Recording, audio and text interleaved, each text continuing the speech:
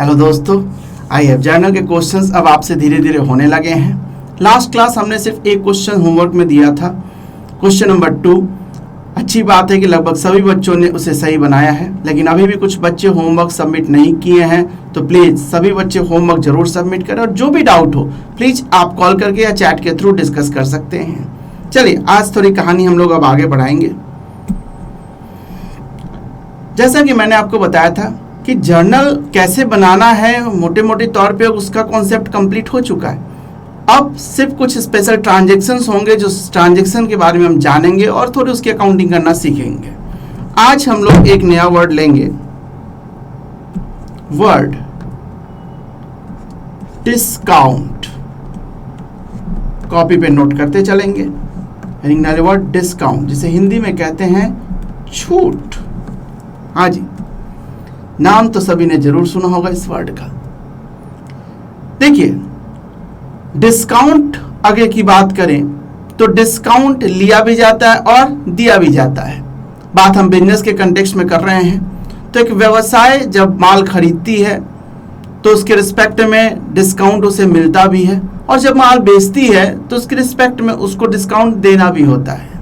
तो डिस्काउंट की अगर बात करें और सच पूछे तो डिस्काउंट दिखता है? नो। डिस्काउंट एक प्रॉफिट या लॉस को सिर्फ एहसास कराता है, डिस्काउंट कभी भी नहीं दिखता। और इसीलिए डिस्काउंट के बारे में अगर बात करें तो सबसे पहले वर्ड डिस्काउंट को अगर मैं अकाउंट वाइज बात करूं तो बताइए कौन सा अकाउंट होगा? ये आपका नॉमिनल अकाउंट होगा। डिस्काउंट ये आपका नॉमिनल अकाउंट होगा। ये नॉमिनल अकाउंट, ठीक है जी। आइए जरा हमें इसकी एंट्री की चर्चा करनी है। तो सबसे पहले ये डिस्काउंट दो तरह के हो सकते हैं। एक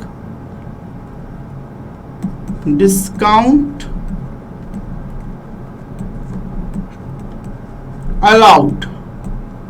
डिस्काउंट अलाउड इसका मतलब छूट दिया या छूट दी। और दूसरा वर्ड होता है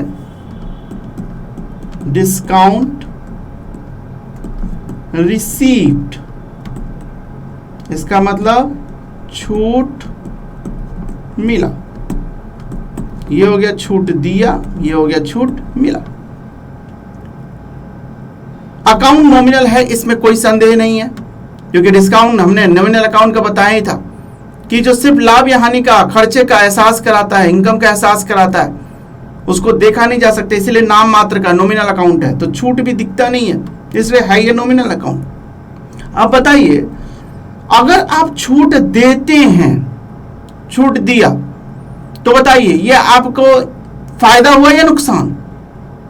तो निश्चित रूप से यदि आप माल बेच रहे हैं 100 रुपए का, उसमें 10 रुपए का आपको छूट देना पड़ा, तो एक तरीके से 10 रुपए आप कम कमाए, 10 रुपए एक तरीके से नुकसान हुआ आपका। तो यदि आप छूट देते हैं तो निश्चित रूप से वो एक नुकसान का एहसास कराता है, लॉस का एहसास कराता है। इसलिए हमारा नॉमिनल अकाउंट का रूल था, लॉस या एक्सपेंसेज हुआ तो वो क्या होना चाहिए? डेबिट होना चाहिए। तो इसीलिए कभी भी छूट दिया, डिस्काउंट अलाउड, तो वो निश्चित रूप से वो डेबिट होगा। ठीक उसी तरह से यदि आपको छूट मिला, डिस्काउंट प्राप्त हुआ, तो बताइए डिस्काउंट यदि प्राप्त होगा तो निश्चित रूप से फायदा होगा, और अगर फायदा होगा तो इसे क्या करना चाहिए? क्रेडिट करना चाहिए। तो वर्ड नया मैं डिस्काउंट अभी जरूर डिस्कस कर रहा हूं, लेकिन अगर नॉमिनल अकाउंट के रूल पे आप चले तो ये आप खुद भी तय कर सकते थे कि छूट देना वो एक नुकसान को संबोधित करता है, इसलिए उसको डेबिट, और छूट मिलता है तो इसलिए वो क्रेडिट हो जाएगा। क्यों? क्योंकि उसमें एक कहीं ना कहीं फायदा होता है हमें। हाँ जी, जैसे रेंट दिया, ब्याज प्राप्त किया, बहुत से नॉमिनल अकाउंट के हम लोग केस देख चुके, उसी तरह से छूट की भी बात है। अब सवाल ये उठा कि सर इसको हम लोग अलग से क्यों डिस्कस कर रहे हैं? तो देखिए, डिस्काउंट एक नॉमिनल अकाउंट है, अलाउड हुआ तो वो डेबिट और रिसीव्ड हुआ तो वो क्रेडिट। ये सिंपल बात है, पहले के बेस पे ही हम इसको लिया, अगर देखें तो ये तय कर सकते हैं डेबिट क्रेडिट। लेकिन डिस्काउंट की एक स्पेशल तकलीफ ये है कि बड़ा ही कमजोर नेचर का इंसान है ये। वर्ड जो डिस्काउंट है वो बड़ा ही कमजोर नेचर का इंसान है। कमजोर इसलिए कि नॉर्मली जब लेन देन देखिएगा तो उस लेन देन में ये डिस्काउंट कभी भी अकेला खड़ा नहीं होता, वो किसी न किसी लेन देन के साथ चिपका रहता है, किसी न किसी। और किसी में कौन सा, एक ही मेनली, वो हमेशा कैश के साथ चिपका रहेगा। अकेला कभी भी डिस्काउंट की एंट्री नहीं होती ना, वो हमेशा कैश के साथ कंबाइन एंट्री के साथ आएगा। कैसे? तो जैसे देखिए, एक एग्जांपल लेंगे हम लोग।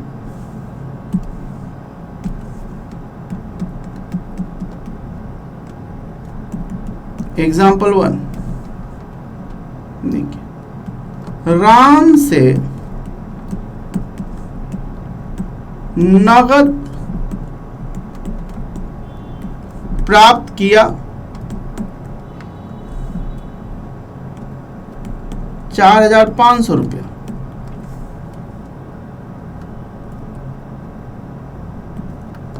और छूट दी 500 रुपया। ठीक है जी, इसी को अंग्रेजी में लिखेंगे तो cash received from Ram ₹4,500 and discount allowed 500। इसका मतलब ये हुआ कि कहीं ना कहीं 5,000 रुपया हमें राम से लेना था, लेकिन राम 4,500 रुपया में दिया और 500 रुपया हमने उसको क्या कर दिया, छूट दे दिया। अब इसकी हमें जर्नल एंट्री करनी है, ध्यान से नोट भी करते चलेंगे आप। इसकी हमें जर्नल एंट्री करनी है।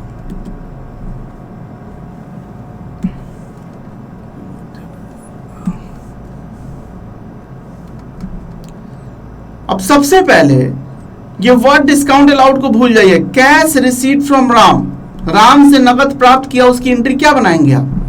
तो राम से नगद प्राप्त किया है, कैश आया है, देने वाला राम है, तो हम लोग खूब देख चुके हैं। क्या, अभी आप नोट मत कीजिएगा, देखिएगा ध्यान से पहले। Cash account debit to Ram से अकाउंट, हाँ जी, मैं इसकी बात कर रहा हूं केवल। राम से नगद प्राप्त किया, इसकी एंट्री आप क्या बनाएंगे? तो cash account debit to Ram से अकाउंट, हाँ जी, ये एंट्री होगी। अब अगला वाली बात है कि छूट दी कितना रुपया, 500। डिस्काउंट कितना मिला? 500 रुपया दिया। डिस्काउंट अलाउड है, पैसा मिला है तो हमने डिस्काउंट दिया, अलाउड है, जो कि आपके लिए क्या हो गया, ये लॉस मिल गया। इसका मतलब ही क्लियर है, समझिए प्रैक्टिकली कि 5,000 रुपया हमें राम से लेना था, लेकिन 4,500 रुपया दिया और 500 रुपया का हमने उसको क्या कर दिया, डिस्काउंट दे दिया। तो बताइए, डिस्काउंट दिया तो डिस्काउंट डेबिट होना चाहिए, डिस्काउंट डेबिट होना चाहिए। तो यहां लिखा जाएगा डिस्काउंट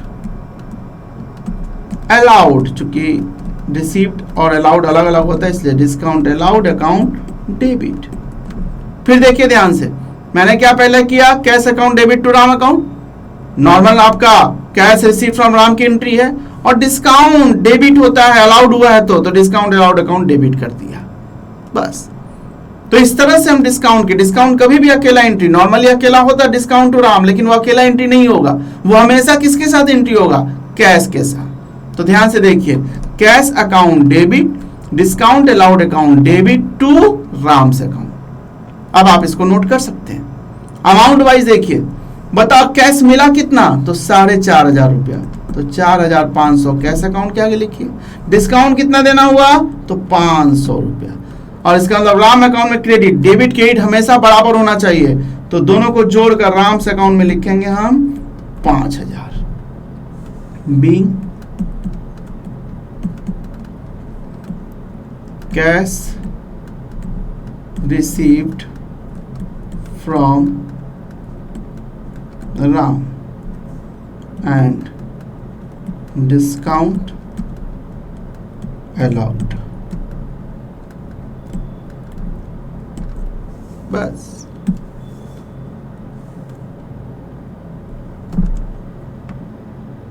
बताइए, समझ आ रहा है? बात सिंपल है, लेकिन डिस्काउंट कभी भी अकेला एंट्री नहीं होता, वो हमेशा कैश के साथ उसकी एंट्री होती है। हमने क्या किया, तो पहले कैश रिसीव फ्रॉम राम का हमने एंट्री सोचा, तो वो कैश टू राम होना चाहिए, और डिस्काउंट चूंकि दिया है तो वो नुकसान है, तो इसलिए डिस्काउंट अलाउड डेबिट हो गया। फटाफट नोट कीजिए इसको।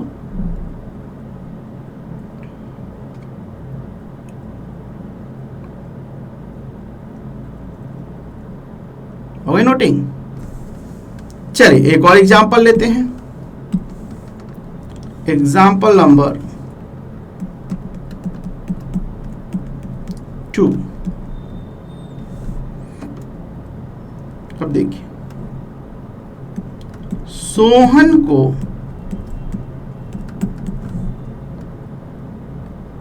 नगद भुगतान किया 9,800 रुपया और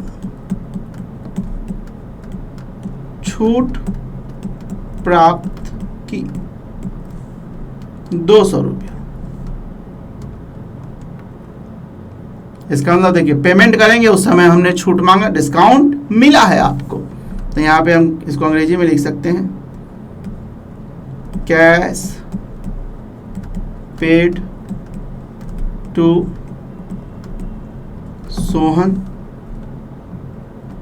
₹9,800 and discount received 200।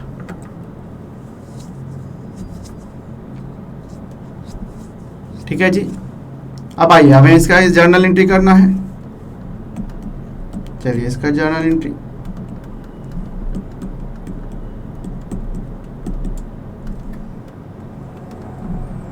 देखिए फिर वही तरीका, अभी छूट को भूल जाइए, पहले एक एंट्री देखिए केवल कि सोहन को नकद भुगतान किया 9,800। बताओ क्या एंट्री होनी चाहिए। सोहन को भुगतान किया, कैश बताइए आ रहा है कि जा रहा है, जा रहा है, पाने वाला कौन है, सोहन। तो बताइए इस आधार पे एंट्री क्या बनेगी, Sohan's account debit to cash account. हाँ जी, ये बात तो बहुत पहले से, मैं सिर्फ किसका एंट्री किया, ये सोहन को नकद भुगतान किया 9,800, तो Sohan account debit to cash account. अब छूट प्राप्त की, तो बताइए छूट मिला आपको, डिस्काउंट रिसीव्ड हुआ, तो बताइए फायदा या नुकसान, तो ये फायदा है, इसलिए डिस्काउंट को बताइए क्या करना चाहिए, क्रेडिट करना चाहिए, तो क्रेडिट में इधर आइए, टू डिस्काउंट रिसीव्ड अकाउंट। हमेशा इसमें अमाउंट भरना है, पहले दो वाला को भरिए। कैश बताइए कितना आपका गया, तो 9,800, डिस्काउंट कितना मिला 200, और ये दोनों जोड़कर यहां पे कितना हो जाएगा 10,000। बीइंग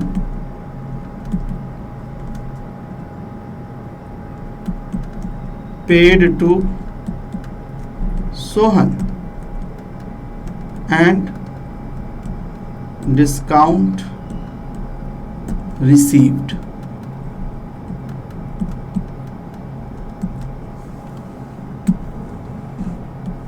बस,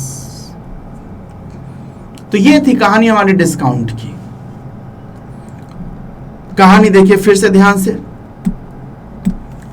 डिस्काउंट अलाउड हो सकता है, रिसीव्ड हो सकता है, यानी दिया और प्राप्त किया। अलाउड एक खर्चे नेचर का, इसलिए हमेशा डेबिट होगा, और रिसीव्ड इनकम नेचर का, इसलिए वो हमेशा क्रेडिट होगा। ठीक, उसी के दो इस आधार पे हमने दो एग्जांपल लिया। डिस्काउंट की खासियत हमने क्या बताई, वो अकेला नहीं रहता, वो हमेशा कमजोर है, वो कैश के साथ चिपका रहेगा, तो कैश के साथ आपका ये एंट्री आया। ठीक, ये डिस्काउंट अलाउड था तो इसमें डेबिट हो गया, और यहाँ डिस्काउंट रिसीव्ड था तो क्रेडिट हो गया। एक कंबाइन एंट्री के रूप में हमेशा इसकी एंट्री होती है। और एक सिंपल सा क्लू देखिए, दो बात याद रख सकते हैं। एक हमेशा याद रखिए, डिस्काउंट अलाउड हमेशा डेबिट होता है और डिस्काउंट रिसीव्ड हमेशा क्रेडिट होता है। क्यों, तो हमने बता दिया, अलाउड लॉस है और रिसीव्ड प्रॉफिट है। इसके बाद भी कोई कंफ्यूजन हो तो एक छोटा सा क्लू हमेशा याद रखिएगा कि डिस्काउंट हमेशा कैश के साथ चिपका रहता है। कभी भी एंट्री आएगी तो वो कैश के साथ ही आएगा, और जिधर जाएगा कैश अकाउंट उधर ही जाएगा डिस्काउंट अकाउंट। जैसे एग्जांपल नंबर 1 में देखिए, कैश अकाउंट डेबिट हुआ तो डिस्काउंट भी डेबिट हुआ, और एग्जांपल नंबर 2 में देखिए, कैश क्रेडिट हुआ है तो डिस्काउंट भी क्रेडिट हुआ है। तो इसका मतलब एक छोटा सा हम लोग बचपन में क्लू याद रखते थे कि जिधर जाएगा कैश उधर जाएगा डिस्काउंट।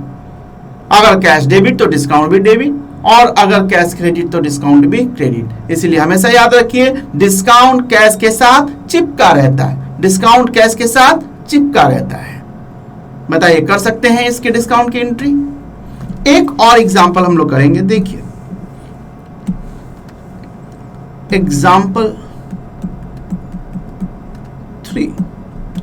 देखिए, हर बात का कहने का अंदाज अलग अलग होता है, तो डिस्काउंट का भी जो क्वेश्चन आपका बनेगा उसका लैंग्वेज का अंदाज कुछ अलग अलग हो सकता है।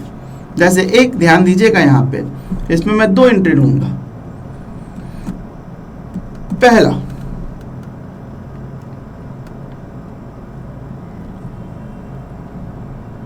रोहन को माल बेचा रुपीज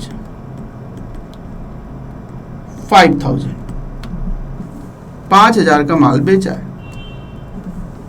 ठीक, इसी को अंग्रेजी में लिख सकते हैं, सोल्ड गुड्स टू रोहन।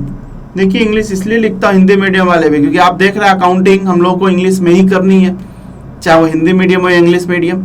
इसीलिए कोशिश जरूर कीजिए कि ये इंग्लिश वाले लाइन आप पकड़ पाए, हिंदी को सपोर्ट में रखिए। इससे अकाउंटिंग में फ्यूचर में आपको बहुत फायदा होगा, क्योंकि प्रैक्टिकल दुनिया में आप आइएगा तो आप ये कह के नहीं बच सकते कि हम हिंदी मीडियम है इंग्लिश मीडियम। आपको ये वर्डिंग्स आपको पता होना चाहिए, तभी आप किसी भी क्लाइंट का बेहतर तरीके से अकाउंटिंग हैंडल कर पाएंगे। तो इसीलिए मैं अंग्रेजी जरूर लिखता हूँ। आप भी जो बुक का क्वेश्चन पढ़ा करें तो कोशिश कीजिए कि उसकी इंग्लिश को हम समझें धीरे धीरे। ऐसा नहीं है कि इंग्लिश को हमेशा इंग्लिश के क्लास में ही पढ़ना है, अकाउंट के क्लास में भी अगर धीरे धीरे अगर आप अंग्रेजी पढ़ना सीख गए तो ये आपके फ्यूचर में बहुत फायदेमंद होने वाला है। ठीक है जी। तो देखिए, यहाँ पे हमने लिख दिया कि रोहन को माल बेचा है कितने रुपए का, तो 5,000 रुपए का। ठीक, एक एंट्री हो गई। दूसरा, जैसे इसी को थोड़ा डेट वाइज भी कर देते हैं इसको, ये काम मान लीजिए हुआ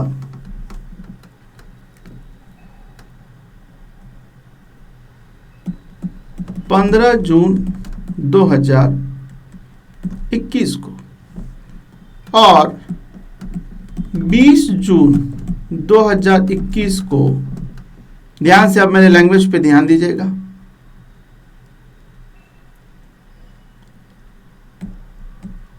रोहन से पूर्ण भुगतान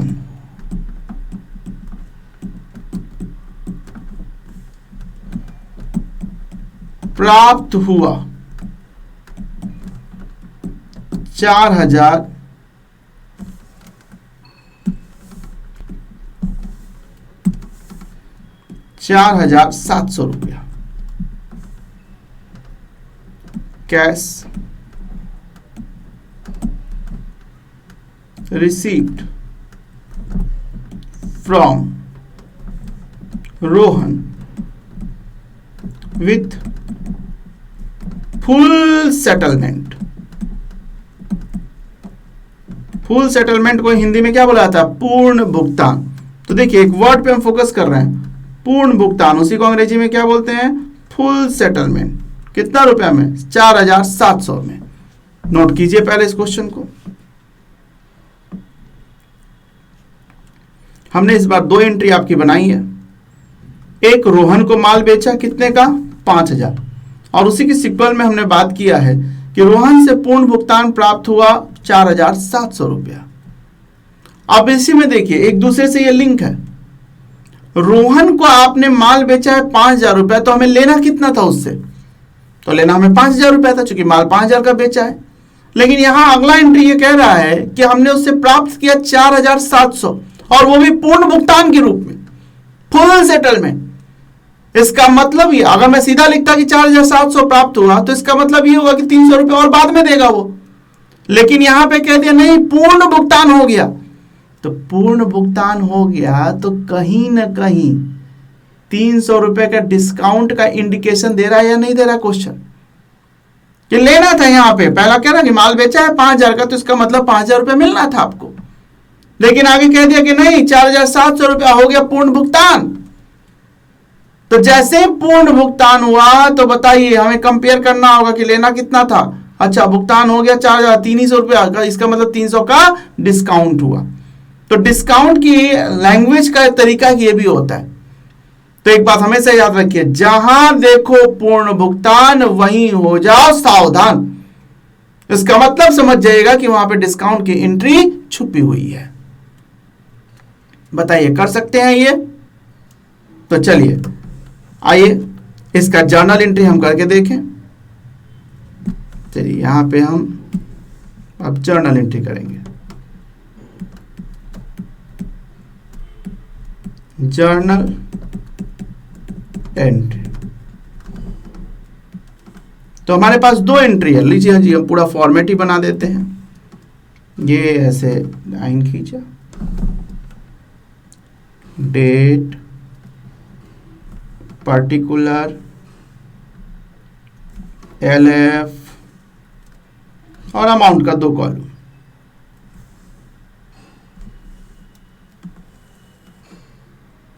ठीक है जी, date, particulars, LF, amount, debit, amount, credit.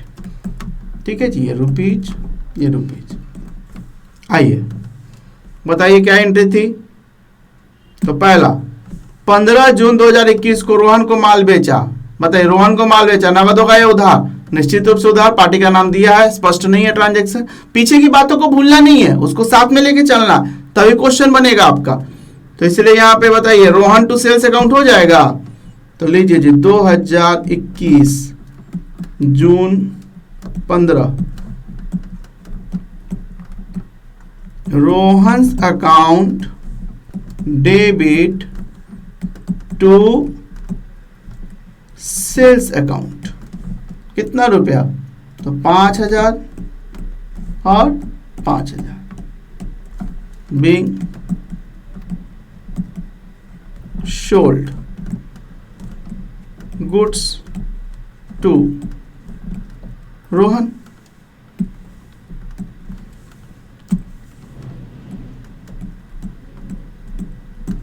ठीक,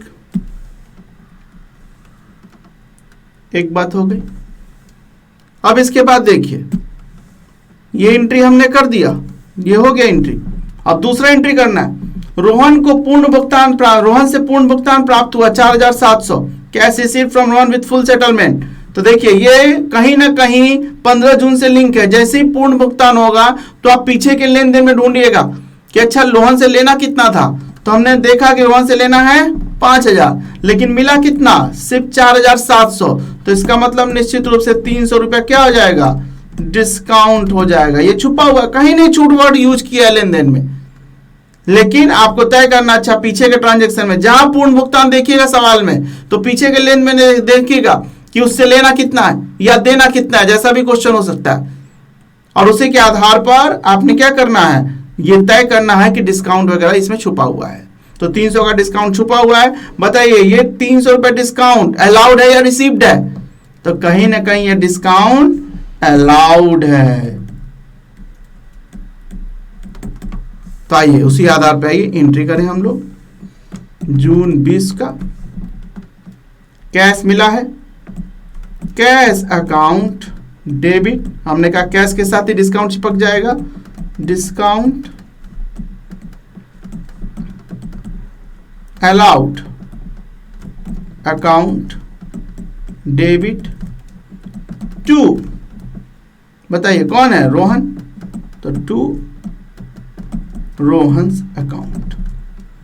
तो बताइए कैश कितना मिला 4700, डिस्काउंट कितना 300, रोहन का खाता कितना बंद होगा 5000, बीइंग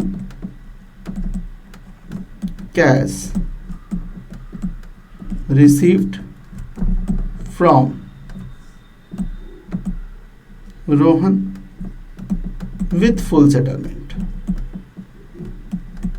जो क्वेश्चन होता है उसी को मोटा मोटी हम लोग नरेशन में लिखते हैं। लीजिए जी, ये दोनों एंट्री हो गई। बताइए ठीक इसी तरह से आपको क्या कर सकता है, ये पहले नोट कर लीजिए।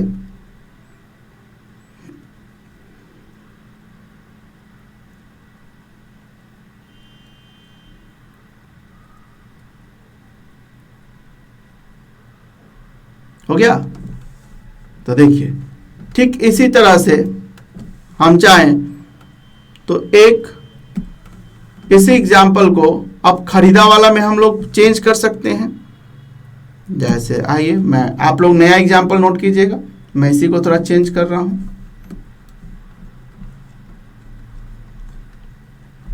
देखिए ध्यान से, एग्जाम्पल नंबर हमने कर दिया इसको 4, एग्जाम्पल नंबर 4। ऐसा भी हो सकता था 15 जून को रोहन से माल खरीदा, चलो हटाओ ना, नया ही कर देते हैं आपके लिए, हटाइए। देखिए यहां एग्जाम्पल 4 आप भी लिखें, सेम कहानी उसी ढंग से। 15 जून 2021 को, अब मैं लेन देन थोड़ा बदल रहा हूं, रोहन से माल खरीदा, अमाउंट 10,000 कर दिया, कैश सॉरी परचेज किया है ना अभी, परचेज गुड्स फ्रॉम रोहन, ठीक 10,000 का। और 20 जून को 2021 को हमने रोहन को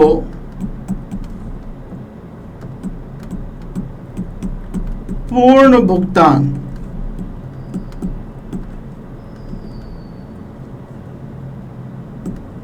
किया ₹9,500। अब देखिए ध्यान से, जैसे ही वर्ड आए पूर्ण भुगतान, हो जाइए वहीं सावधान। इसको अंग्रेजी में कह सकते हैं कैश, या सीधा लिख दीजिए, कैश वर्ड नहीं है तो आप भी मत लिखिए cash. Paid to Rohan with full settlement.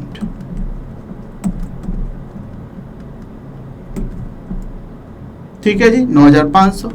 इस बार लेन देन क्या किया हमने, पिछला बार बेचने वाला था, इस बार खरीदने वाला किया। पिछला बार भुगतान प्राप्त किया था, इस बार हमने भुगतान किया है।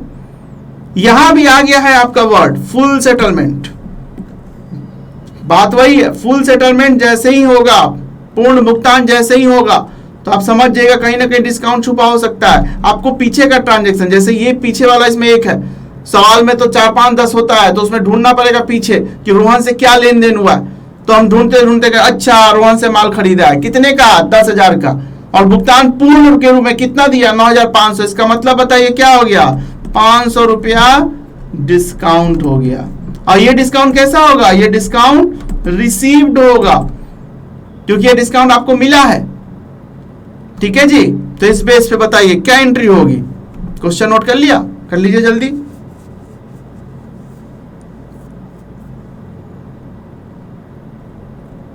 हो गया, चलिए तो आइए इसकी जर्नल एंट्री करते हैं ठीक उसी ढंग से।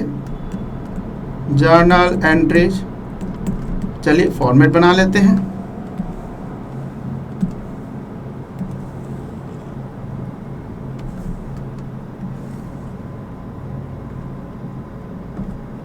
Date, particular, LF, amount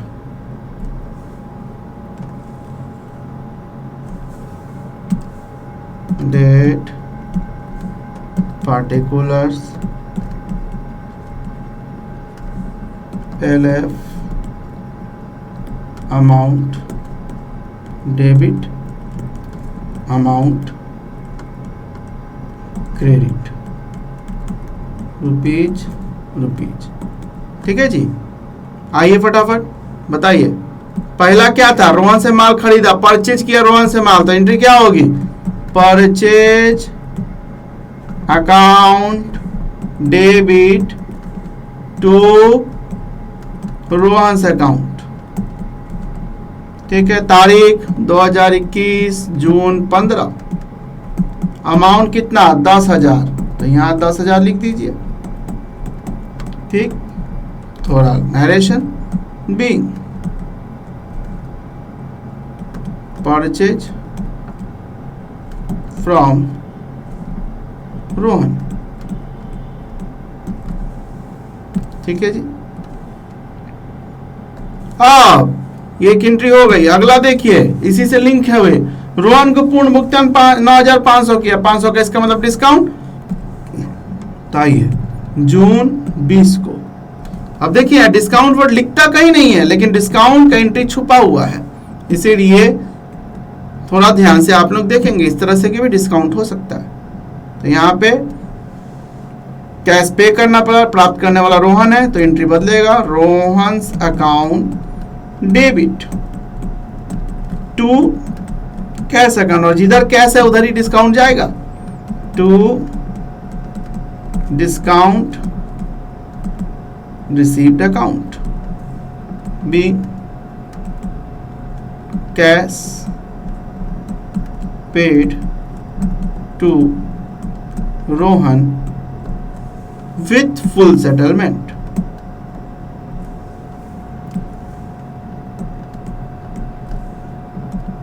with full settlement। ठीक है जी, अमाउंट हो गया। पहले हमने हमेशा कहा 2 वाला को भरना चाहिए, तो टू कैश में 9,500 कैश गया, डिस्काउंट इसका मतलब 500 है, इन दोनों को जोड़ के यहाँ लिखेंगे कितना 10,000। लीजिए जी, ये एंट्री आपकी कंप्लीट हो गई।